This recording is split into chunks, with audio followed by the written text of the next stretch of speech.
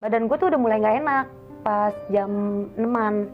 Badan udah kayak kok dingin banget gitu loh, kayak nggak biasanya. Aduh ya Allah, itu bener-bener nangis sambil nangis, nggak kuat kayaknya.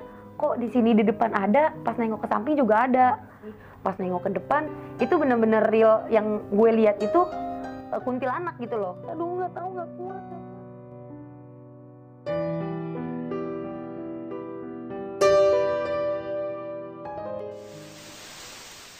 Assalamualaikum warahmatullahi wabarakatuh. Balik lagi bersama gue Indra di Besok Pagi Channel. Kali ini gue masih membahas dengan tema yang sama, yaitu nggak jauh-jauh dalam dunia pendakian, khususnya alam mistis. Dan pada momen kali ini gue kedatangan salah satu narasumber yang mungkin udah nggak asing lagi bagi kalian. Mungkin kalian udah tahu lah ya, Erika Febri. Hai. Nah, Erika Febri ini lu pengen membawain cerita pengalaman pendakian lu saat di gunung mana nih, Feb? Di Gunung Sumbing sih. Gunung Sumbing. Nah, mungkin bagi kalian yang penasaran dengan ceritanya Erika Febri, nanti kita bakal ulas ya. Siap. Sebelum masuk ke cerita, bagi kalian semua yang belum subscribe YouTube, lu punya YouTube kan ya, Feb? Ada dong, nah, ada. YouTube-nya Erika Febri, nanti bakal gue cantumin di kolom deskripsi. Di situ lu menjelaskan juga ada berbagai cerita kisah mistis pendakian gunung juga ya? Iya, ada juga beberapa. Dan vlog lu juga ada. Vlog gue juga, iya. Macam-macam situ banyak banget lah. Nah, kalau gue boleh tahu nih, lo ingin menjelaskan kisah pengalaman pendakian lo saat di Gunung Sumbing. Gunung Sumbing. Kisi-kisinya seperti apa sih, Pep? Lo mengalami kejadian apa aja di sana? Jadi gimana ya, dibilang halusinasi sih, ya pasti ya itu ya halusinasi ya. Tapi yang gue lihat itu real, itu loh. Nyata ya? Nyata, benar-benar nyata, ada di depan muka gue gitu loh. Oke, nah sebelum masuk ke cerita nih, kita skip dulu nih. Bagi kalian juga yang belum subscribe Besok Pagi Channel, silahkan di subscribe terlebih dahulu dan jangan lupa nyalain loncengnya. Mungkin tanpa berlama-lama nih, Pepe, kita langsung aja masuk ke ceritanya.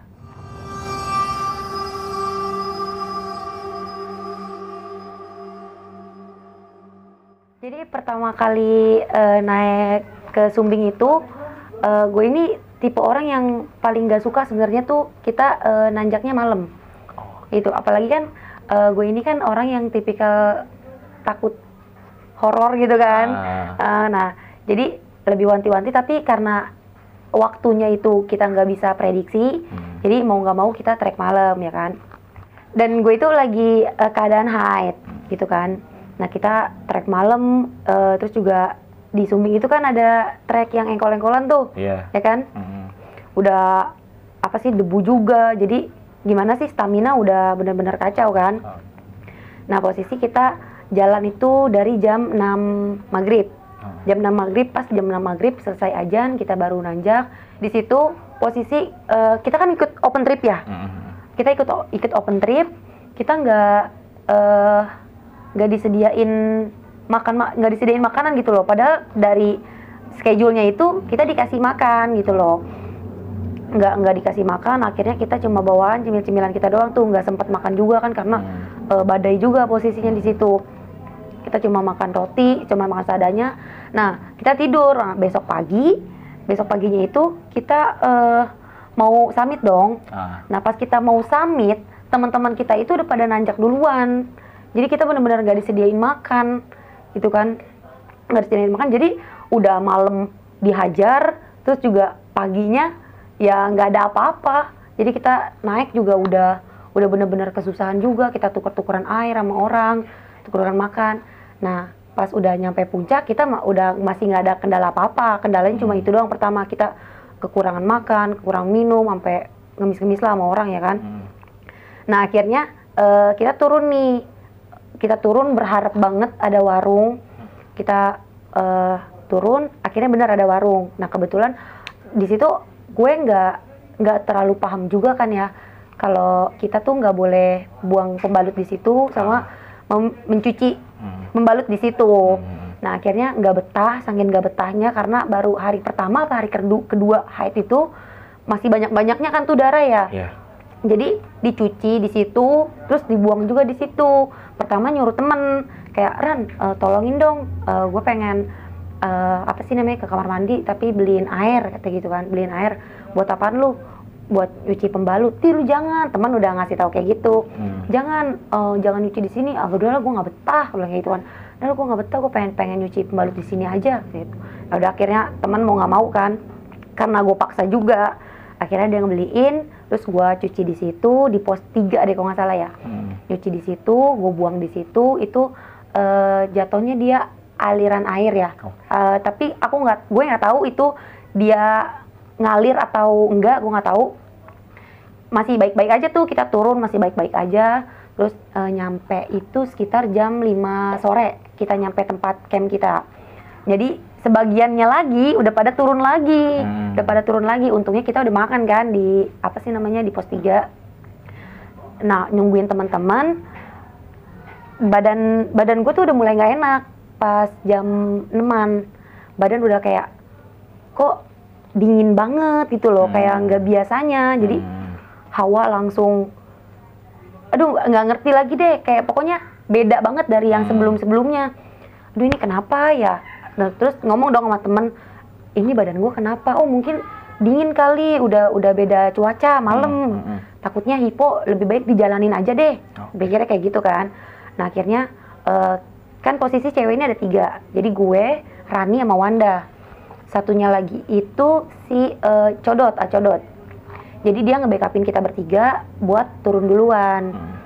Jadi posisi Codot di depan, gue di kedua, Rani sama Wanda sama Rani. Berempat deh tuh jalan masih nggak kenapa-napa. Tiba-tiba makin parah nih, hawanya kayak nembus banget ke badan gitu loh, kayak aduh ini kenapa gitu. Nah terus nggak lama duduk dulu kan, ntar lu deh Codot duduk dulu deh, badan gue bener-bener nggak enak, kenapa nih ya? Udah diem ngobrol kan sama Rani gini. Pas nengok ke depan itu bener-bener real, yang gue lihat itu kuntilanak gitu loh, ngegendong kerilnya si Codot. Itu dia bener-bener kayak beginilah, tapi dia nggak nunjukin muka. Terus jalan, pas pengen jalan gue nggak berani jalan bareng sama dia. Gue bilang, aduh Codot, gue nggak mau deket sama lu, gue takut. Tapi lu jangan jauh-jauh dari gue. Maksud gue, yang gue takutin lu dibawa sama dia. Dia nggak ngerti dong apa yang gue omongin. Lu kenapa kok lu ngomongnya jadi ngaco? Katanya gitu kan. Kata Rani, lu kenapa Ca? Sampai dibilang, oh ya apa? Wah ini halu kali nih, kecapean mungkin kayak gini. Udah istirahat dulu. Udah jangan di sini. Bilang kayak gituan. Soalnya gue bilang jangan di situ karena gue ngelihat kayak ada 3 orang pendaki, tapi sama percis kayak yang ada di kerilnya si Codot itu. Dia bawa apa sih namanya? Aduh lemes kan tuh ceritanya. Dia bawa keril juga di posisi sebelah kanan. Pas nengok ke sebelah kanan, aduh ya Allah, itu bener-bener sambil nangis. Nggak kuat kayaknya, kok di sini di depan ada, pas nengok ke samping juga ada. Nah terus akhirnya ngalihin pemandangan juga dong, ngambil lah ke sebelah kiri. Pas sebelah kiri ada anak kecil di pohon, ada 2 atau 3 kayak gitu. Jadi bener-bener stuck gitu loh, cuma bisa nangis, cuma bisa ngejerit, kayak ini gue diapain sih kayak gitu kan. Ini gue ngelihat berbagai macam, gue bener-bener nggak bisa ngomong, nggak berani. Kalau di situ tuh ada apa nggak berani. Jadi teman-teman sendiri pada panik dong, lalu kenapa karena mereka nggak ngelihat apa yang gue lihat kayak gitu. Akhirnya si Codot maksain lah tuh buat jalan, tapi tetap si Codot itu gue tarik. Jadi posisinya kan turun, Codot itu naik posisinya madep ke sono, gue turun ke sini, tapi tangannya gue pegang erat. Kayak gue takut tuh lu dibawa ke sono, tapi gue nggak mau nengok ke lu, jadi serba salah kayak gitu kan. Bilang ini kenapa sih gue, jadi cuma bisa nangis. Akhirnya yaudah deh, udah stay aja di sini. Nah makin stay di situ, makin gimana ya, hawanya tuh makin parah kayak gitu, makin kayak panas tapi kedinginan gitu loh. Panas kedinginan. Terus juga yang di kerilnya si Codot itu nggak pindah-pindah, masih gantung gitu stay di situ. Jadi nggak berani nengok kemana-mana, kayak cuma aduh gue takut, gue nggak berani, kayak gitu doang ya. Aduh benar-benar nggak bisa ngapa-ngapain, cuma bisa nangis. Nah abis dari situ ya udah nggak tahu apa-apa, tiba-tiba langsung rame aja orang. Udah pas udah lagi nangis, aduh nggak kuat gitu, nggak apa salah gue apa, sampai teriak-teriakan gitu kan, salah gue apa, kok gue bisa dikelilingin sama orang-orang kayak gini, bilang kayak gitu. Pas lagi nangis nggak tahu apa-apa lagi di situ posisinya, tiba-tiba langsung rame orang aja. dikasih minyak kayu putih kayak gitu, dikasih air, tiba-tiba kayak gitu. Nah terus pas turun ke bawah baru ternyata oh mungkin karena emang gue buat salah, emang di situ gue nggak nyadarin kalau gue bikin salahnya tuh karena nyuci pembalut di situ, terus buang pembalutnya juga di situ. Bersyukurnya tuh di bawah nggak disuruh balik lagi ambil Untuk pembalutnya kayak gitu kan. Untungnya cuma kayak digangguin kayak gitu, mungkin dia tahu kali itu darah haid gue kayak gitu kan. Jadi mereka ngegangguinnya, gue nggak ngegangguin temen-temen gue kayak gitu sih. Oke. Ini gue pengen coba ulas balik tentang cerita lu ya, Cek. Di sini lu mengalami kejadian yang dimana ini di luar batas nalaru lah ya. Betul. Nah kalau gue boleh tahu nih, Cak, di pendakian lu di Gunung Sumbing ini lu berapa orang? Sekitar 14-an orang apa 20-an lah.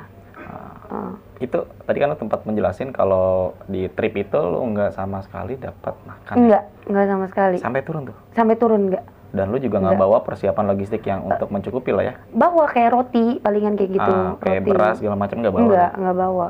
Karena itu kan dulu tahun 2000 berapa ya? 2017. Kayak baru awal-awalnya, jadi persiapan belum terlalu matang lah ya? Matang, nggak tahu apa-apa kayak gitu kan. Ada sempat keluhan nggak sih dari beberapa peserta yang ikut trip itu? Banyak. Tapi karena gue ini orangnya kayak gimana ya, berani ngomong gitu kan, berani ngomong. Jadi mereka tuh ngeluhnya ke gue. Apalagi gue bawa Rani. Rani itu pemula.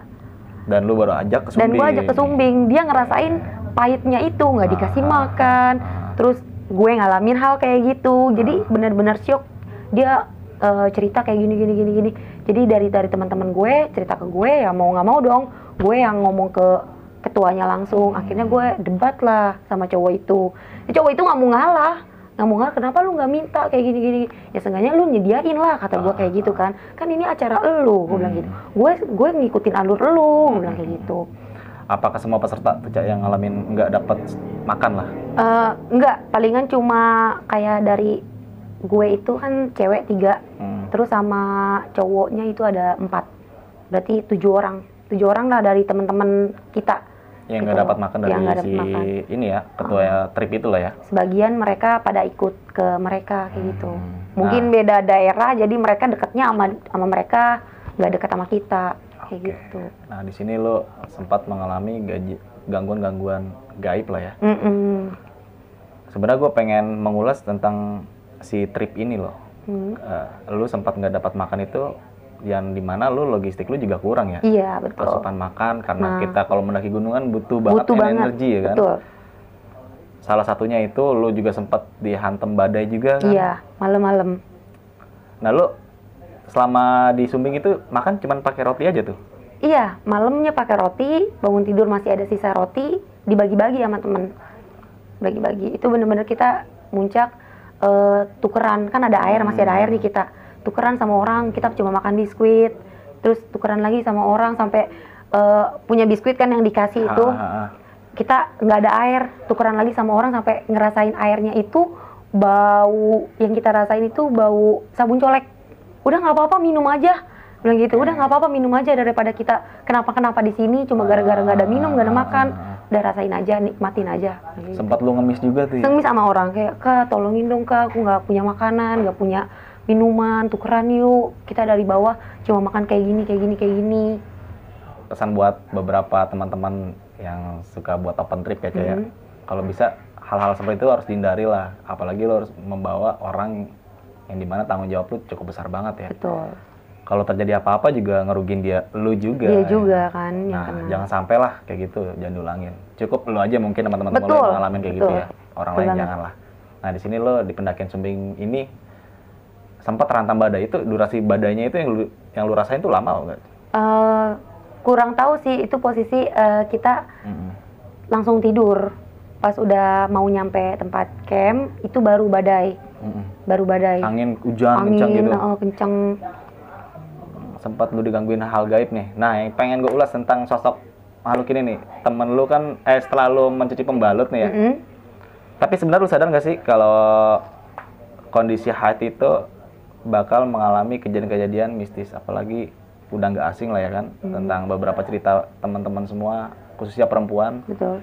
yang mengalami kejadian head di gunung itu pasti mengalami gangguan-gangguan yang di luar batas nalar mereka. Lu sebelum naik ada berpikir kayak gitu nggak? Berpikir kayak gitu udah pasti, udah pasti. Apalagi kan makhluk-makhluk kayak gitu kan demen banget sama yang berbau amis gitu kan lah. Ya, terus juga balik lagi tapi ke diri sendiri, bagaimana caranya kita menyikapinya, kayak gitu loh. Kayak misalnya dari diri kita sendiri tuh yakin, enggak, gue nggak bakal kenapa-napa. Nah kayak gitu. Yang penting kita bisa ngejaga diri, kayak gitu kan. Nah, situasi pada saat itu kan lu buang pembalut lu di salah satu aliran air ya. Sempat terpikir nggak? Kayaknya gue bakal terjadi apa-apa. Gitu. Enggak ada pikiran apa-apa di situ. Cuma pengen ganti aja pokoknya, ganti buang di situ. Enggak, lu ada pikiran untuk gue buang ke trash bag gitu? Enggak ada sama sekali. Benar-benar kayak lu mungkin udah capek, gue pengen ganti aja lah ya? Itu mungkin karena efek dari situ kita nggak makan, nggak dikasih makan, udah bener-bener kita ngemis-ngemis sama orang, jadi udah nggak tahu apa-apa lagi, udah buntu. Udah yang taunya tuh cuma pengennya makan, gitu loh. Itu lu kalau boleh tahu nemuin warung makan di pos? Di pos 3. Itu ada warung ya? Ada warung. Beli juga pakai duit pribadi? Pakai pribadi belinya. Gila juga nih. Si ketua open trip itu ngetahuin nggak pas lu makan di warung itu? Nggak tahu, kan kita, jadi posisinya kan kita naik, dia udah naik duluan. Tapi pas dia turun kita nggak ketemu sama dia, nggak ketemu. Jadi ya kita dia naik, terus dia turun, kita turun, dia udah nggak ada pokoknya. Ya nggak tanggung jawabnya kurang. Nggak ada, ya? Nggak ada sama sekali kayak gitu loh. Seenggaknya ya lu adalah basa-basinya buat nawarin, maksudnya kayak gitu kan. Lagi juga kalau misalnya kan gua nggak tahu logistik siapa yang megang. Nah, itu kayak gitu, gua nggak tahu. Sebelum dibawa nggak di-briefingin kayak gitu? Enggak sama sekali. Oke, pelajaran banget nih ya. Betul. Nah, Cak, kita balik lagi nih. Setelah lu membuang pembalut tuh di aliran air itu, dan nggak lama ya selang kemudian lu melihat teman lu si Codot ini ya? Iya. Diglendotin sama sosok kuntilanak. Iya, betul. Kalau gue boleh tahu perawakan kuntilanak itu besar apa?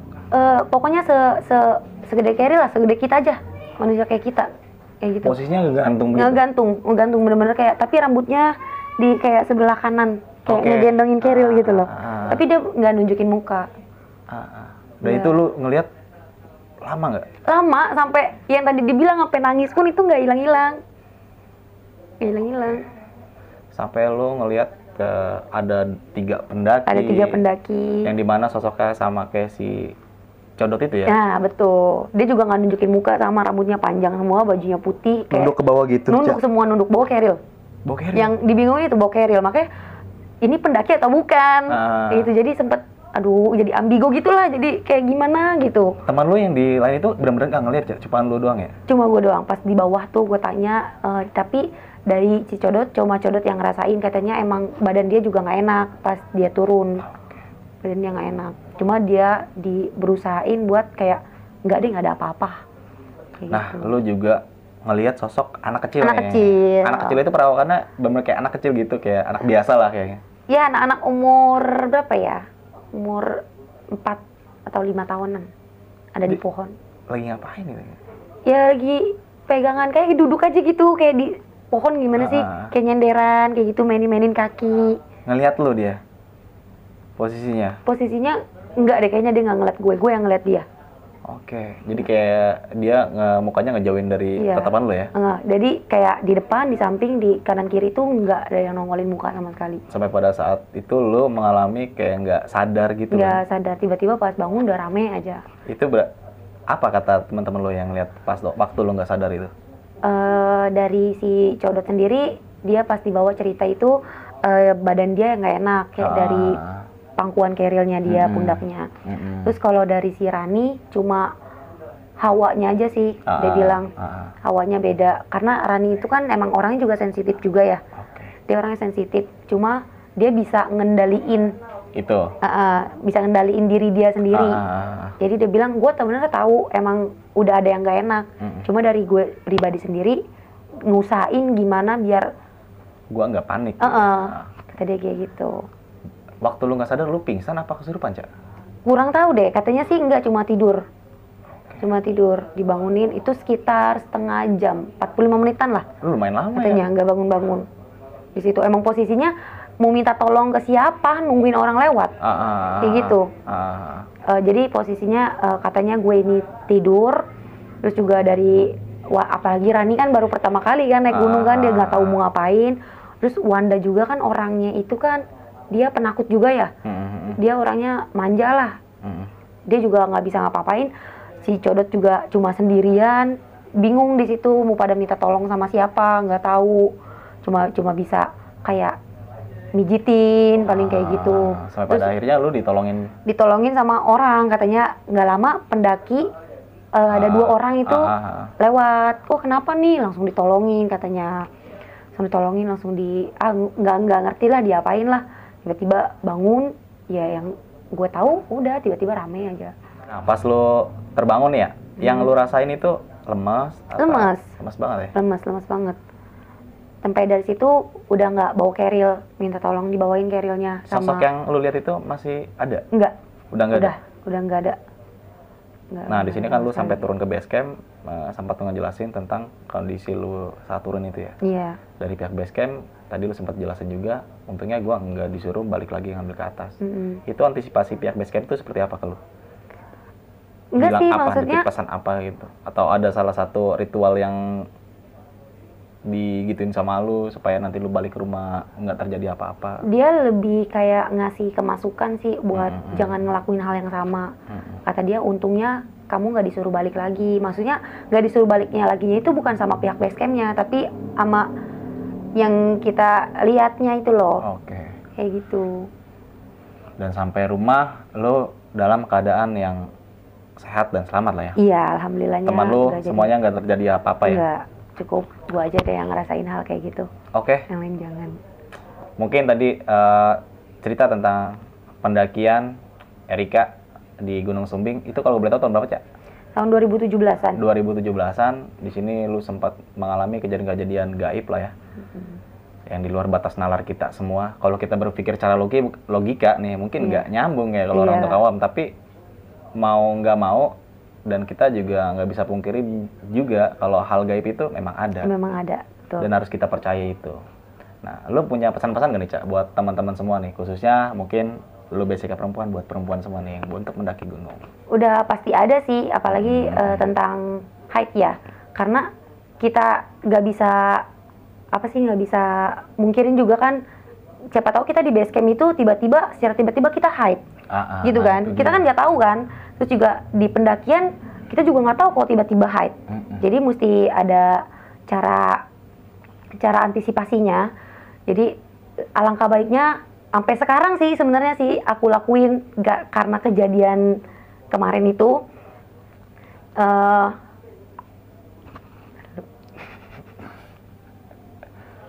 Tentu. Yep. Yang pertama, kalau misalkan kita hike sebelum mendaki, lebih baik kita tunda dulu sampai kelar hike, baru kita bisa mendaki lagi. Soalnya kan gunung nggak kemana-mana, tenang aja. Jadi ditunda dulu, ganti jadwal, baru kalian naik lagi. Tapi kalau misalkan udah kepepet kalian atau di base camp itu udah hike, tiba-tiba ya kan di trek udah hike. Jadi kayak gini loh, yang masih aku lakuin sampai sekarang ya. Untuk dicuci jangan, untuk dibuang juga jangan. Diganti perlu, tapi dengan cara kan kita nggak boleh bawa tisu basah nih, kita pakai tisu kering. Jadi ini pembalut nih, ini tisu kita gulung, kita bawa minyak wangi untuk kita semprot. Gimana caranya biar sampai nggak bau amis? Kayak gitu, kita semprot, terus kita gulung lagi pakai tisu, kita semprot lagi, kita taruh pakai kantong plastik hitam, kita semprot lagi, biarin nggak apa-apa, semprot, taruh lagi. Terus usahain ditaruhnya jangan sampai ketekan, sampai darahnya itu keluar. Kita taruh di atas pala keril, itu udah pasti nggak ketekan sama apa-apa dong. Nah pas kita udah nyampe base camp, baru kita cuci, baru kita buang. Itu aja sampai sih. Sekarang lu masih gue lakuin kayak gitu ya? Masih. Mungkin juga buat para perempuan ya, tanggal haid itu perlu ya, Cak ya? Betul. Kita ya. Pasti lu mempunyai jadwal haid dong. Nah, gimana lu cara mengantisipasi supaya nggak terjadi haid di gunung itu? Misalkan tanggal haid lu tanggal 1, lu mau naik, tanggal 31 mau naik nih, wah besok tanggal 1 kan gua harus haid nih. Mungkin cara yang tadi lu jelasin itu bisa dipakai ya. Iya, betul. Oke. Gue ingin menambahkan kembali bahwasannya attitude dan sopan santun nih, Ca, perlu banget dijaga. Dimanapun kalian berada, di gunung, di jalan raya, dimanapun lah, itu perlu banget kalian jaga. Dan gue juga tadi menyikapi tentang si open trip itu nih. Open trip itu juga kalau bisa jangan kayak gitu. Cukup mungkin lu aja nanti, lu aja yang jadi ngerasain ya, orang lain jangan. Dan nggak ada lagi kayak yang bikin open trip kayak gitu lah, nggak bertanggung jawab sama pesertanya. Mungkin cukup sekian pembahasan gue bersama Erika Febri. Bagi kalian yang penasaran sama YouTube-nya Erika Febri, nanti bakal gue cantumin di kolom deskripsi. Dan Instagramnya mungkin kalian juga udah nggak asing nih. Lu sering banget muncul nih.